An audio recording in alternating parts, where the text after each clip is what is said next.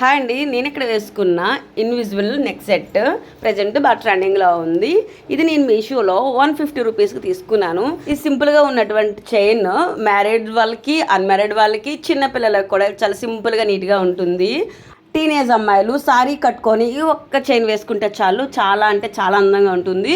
ఇందులో మిడిల్లో పెద్ద లాకెట్ వచ్చినవి కూడా ఉన్నాయి. నేనైతే అది తీసుకోలేదు, ఎందుకంటే ఇక్కడ ఒక చిన్న రీజన్ కూడా చెప్తాను. ఈ చైన్ అయితే చాలా డెలికేటెడ్గా ఉంది.